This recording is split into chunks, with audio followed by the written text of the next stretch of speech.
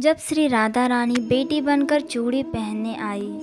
ये कहानी है बरसाना की, जहाँ राजराजेश्वरी श्री राधा रानी जी का जन्म हुआ था। बरसाना में श्री राधा जी का एक मंदिर है, जिसके पास एक सेठ जी रहा करते थे। सेठ जी बहुत ही संपन्न थे। उनके पास सब कुछ था, आलीशान दुकान, भव्य भवन, 3 बेटे और 3 बहुएं। सेठ जी यूँ तो हर तरीके से साधन संपन्न थे, लेकिन फिर भी उनके मन में बड़ा दुख था। उन्हें हमेशा लगता था कि काश उनकी एक पुत्री भी होती, तो वे अपने मन की सारी बात अपनी पुत्री को बताते और पुत्री को बहुत ही दुलार करते। कुछ समय पहले सेठ जी की पत्नी का देहांत हो गया था, इसलिए सेठ जी बहुत ही अकेलापन महसूस कर रहे थे। सेठ जी हमेशा अपने घर के पास स्थित मंदिर में श्री राधा जी के दर्शन करने जाया करते थे। एक दिन जब सेठ जी मंदिर में श्री राधा जी के दर्शन करने गए, उस दिन मंदिर में एक संत पधारे थे। सेठ जी को कुछ उदास देख संत ने सेठ जी से पूछा, उदास क्यों हो बेटा? सेठ जी बोले, महाराज, मेरी कोई बेटी नहीं है, इसीलिए मैं उदास रहता हूँ। संत मुस्कुराए और बोले, यदि जीवन में किसी का अभाव है तो उसकी जगह भगवान को बिठा लेना चाहिए। सेठ जी बोले, महाराज, मेरी तो कोई बेटी नहीं है, तो मुझे क्या करना चाहिए?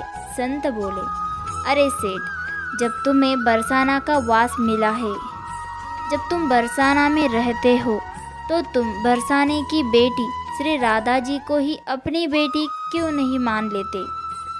संत जी की यह बात सेठ जी को बहुत ही पसंद आई। उसी दिन सेठ जी ने श्री राधा जी का एक बड़ा सा चित्र मंगवाया और उसे अपने कमरे में लगा दिया। अब तो सेठ जी का जीवन ही बदल गया था। वे उठते बैठते, सोते जागते श्री राधा जी को अपनी बेटी मानकर उससे बातें करने लगे। उन्हें अपनी पुत्री को हर बात बताने में बहुत ही आनंद आता था। सेठ जी की राधा जी से ऐसी लगन लग गई कि जब भी वे दुकान जाते तो श्री राधा रानी को भोग लगाकर प्रसाद पाकर ही जाते थे। शाम को लौटते तो राधा जी को प्रणाम करते, उनसे बातें करते और भोग लगाकर फिर प्रसाद ग्रहण करते और हर समय श्री राधे राधे संकीर्तन किया करते थे और हर समय प्रसन्नचित्त रहा करते थे। जब भी सेठ जी से कोई उनका परिचय पूछता तो सेठ जी कहते, 3 बहू बेटे हैं, घर में सुख सुविधा है पूरी, संपत्ति भरी भवन में रहती नहीं कोई कमी, कृष्ण कृपा से जीवन पथ में आती ना कोई बाधा, मैं बड़भागी पिता हूँ, मेरी बेटी है श्री राधा। एक दिन सेठ जी के घर में चूड़ी पहनाने वाली मनिहारिन आई। तीनों बहुओं ने बारी बारी से जाकर मनिहारिन से चूड़ियाँ पहन ली। श्री राधा जी को लगा कि आज हमारे पिता के घर चूड़ी पहनाने वाली आई है, तो मैं भी जाकर चूड़ियाँ पहन लेती हूँ। जैसे ही तीनों बहू चूड़ियाँ पहन कर गई, श्री राधा जी प्रकट हो गई। मनिहारिन ने जब राधा जी का स्वरूप देखा तो वह उन्हें देखते ही रह गई। राधा जी बोली, मुझे भी चूड़ियाँ पहनाओ। मनिहारिन ने समझा कि इनके घर में कोई मेहमान आया होगा। यह सोचकर मनिहारिन ने राधा जी को भी चूड़ियाँ पहना दी। श्री राधा जी चूड़ियाँ पहनकर एक ओट में जाकर अंतर्ध्यान हो गई। सभी को चूड़ियाँ पहनाकर मनिहारिन हमेशा की तरह चूड़ियों का पैसा लेने सेठ जी की दुकान पर चली गई। मनिहारिन को देखते ही सेठ जी बोले, घर पर चूड़ियाँ पहनाने गई थी, यह लो तुम्हारे पैसे। सेठ जी ने मनिहारिन को हर बार की जितने ही पैसे दे दिए। मनिहारिन बोली, सेठ जी, इस बार मैं ज़्यादा पैसा लूँगी। मैंने आपके घर में 3 औरतों को नहीं बल्कि 4 औरतों को चूड़ियाँ पहनाई है। सेठ जी बोले, हमारे घर में तो 3 बहुओं के अलावा चौथी तो कोई है ही नहीं चूड़ी पहनने वाली। मनिहारिन बोली, यह मैं नहीं जानती, लेकिन मैंने तो चूड़ी 4 को पहनाई है। सेठ जी बोले, कि बाकी के पैसे मैं पहले घर में पता करूँगा, उसके बाद दूँगा। मनिहारिन बोली, ठीक है सेठ जी, आप घर में पता कर लीजिएगा।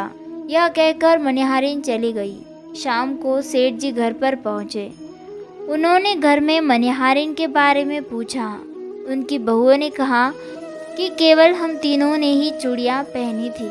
सेठ जी बोले, मैं भी कहूँ कि चौथी तो कोई है ही नहीं हमारे घर में जो चूड़ियाँ पहने। इस प्रकार सेठ जी यह बात भूल गए और अपने नित्य काम में लग गए। सेठ जी राधा राधा बोलते बोलते श्री राधा जी को प्रसाद का भोग लगाकर और भोजन करके सो गए। जब सेठ जी को गहरी नींद लगी तो उनके स्वप्न में श्री राधा जी प्रकट हो गई। राधा जी बहुत ही उदास थी, उनकी आंखों में आंसू थे। सेठ जी ने पूछा, बेटी उदास क्यों हो? श्री राधा जी बोली, आज मेरा मन बहुत ही दुखी है। मैंने आज अपने पिता का घर समझकर यहाँ उस मनिहारिन से चूड़ियाँ पहनी थी, परंतु पिताजी, आपने उस मनिहारिन को मेरी चूड़ियों का मोल नहीं चुकाया। पिताजी, आपने मुझे बेटी तो बना लिया, परंतु आपको मेरी याद नहीं रहती। आपने मुझे भुला दिया। इससे मैं बहुत ही दुखी हूँ। यह सुनकर सेठ जी सपने में ही रोते हुए बोले, बेटी मुझे क्षमा कर दो, मुझसे बहुत बड़ी भूल हो गई। सेठ जी तुरंत नींद में से उठ बैठे। उनकी आंखों से आंसू आ रहे थे। सेठ जी ने तुरंत तिजोरी से पैसे निकाले और मनिहारिन के घर की तरफ चल दिए। सेठ जी ने मनिहारिन के घर का दरवाज़ा खटखटाया। मनिहारिन ने दरवाज़ा खोला। सेठ जी आप? इतनी रात? सेठ जी को अपने घर पर देखकर मनिहारिन चौंक गई। सेठ जी के नेत्रों में आंसू भरे थे। सेठ जी बोले, तुम्हारे जैसा बड़भागी कोई नहीं है। मनिहारिन बोली, सेठ जी क्या हुआ? सेठ जी बोले, मैंने राधा जी को अपनी बेटी बनाया, परंतु मैंने उन्हें कभी अपने नेत्रों से नहीं देखा। लेकिन तुमने आज उन्हीं राधा जी को अपने हाथों से चूड़ियाँ पहनाई है। आज तुम्हारे जितना भाग्यशाली इस धरती पर कोई नहीं है। मैं तुम्हें अपनी पुत्री की पहनी हुई चूड़ियों का मूल्य चुकाने आया हूँ। यह कहकर सेठ जी ने रुपयों से भरी हुई थैली मनिहारिन के सामने रख दी और कहा, इसमें से जो भी लेना हो वो ले लो। जब मनिहारिन ने सुना कि स्वयं राधा जी उनसे चूड़ियाँ पहनने आई थी तो उसकी आंखों से भी आंसुओं की धारा बहने लगी। मनिहारिन बोली, सेठ जी, मैं राधा रानी की चूड़ियों के पैसे आपसे कैसे ले सकती हूँ? राधा रानी तो इस बरसाने की बिटिया है और मैं बिटिया की चूड़ी के पैसे आपसे ना लूँगी। परंतु सेठ जी नहीं माने। सेठ जी ने रुपयों से भरी थैली उस मनिहारिन के घर पर ही रखी और वहाँ से सीधे राधा जी के मंदिर में चले गए। उस दिन के बाद सेठ जी ने सब कुछ छोड़कर संन्यास ले लिया और अपना शेष जीवन राधा जी के मंदिर में राधा जी की भक्ति करते करते बिता दी। दोस्तों, आपको ये कहानी कैसी लगी? अगर अच्छी लगी हो तो लाइक करना और ऐसी और कहानियाँ सुनने के लिए मेरे चैनल को सब्सक्राइब करना। धन्यवाद।